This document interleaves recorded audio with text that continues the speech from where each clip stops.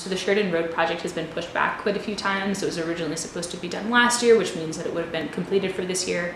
Now it's being done this summer, starting in June. This meant many of the student concerns about the project went unheard. But being late to the conversation wasn't the only issue for students in regards to communicating with the city.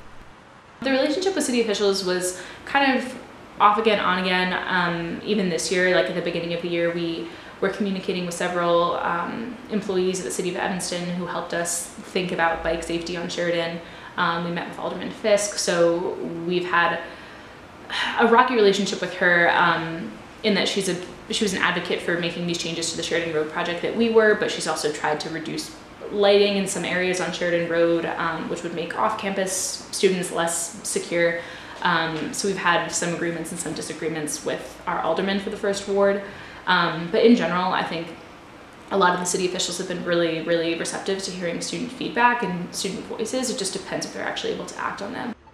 Even with the support of the majority of the city council, Salento noticed that there are still some pretty obvious gaps that, when taking into account student life, pose dangers that were left unconsidered. I'm not an expert in traffic flows, but one of the things that stands out to me in the plan right now is somewhat of a concern. Is just that there's only 2 bike lanes on one side of the road that are going to accommodate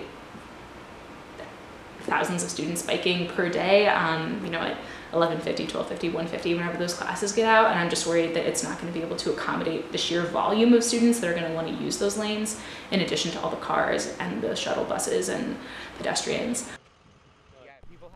Salento was part of the committee in ASG lobbying for the creation of the project. But when the city put the plans into action, she felt it was an inevitable development.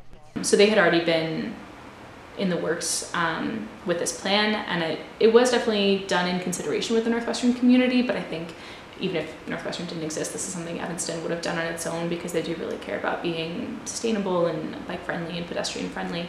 So it was part of their whole city-wide strategic plan. For Medill, I'm Hannah Brown.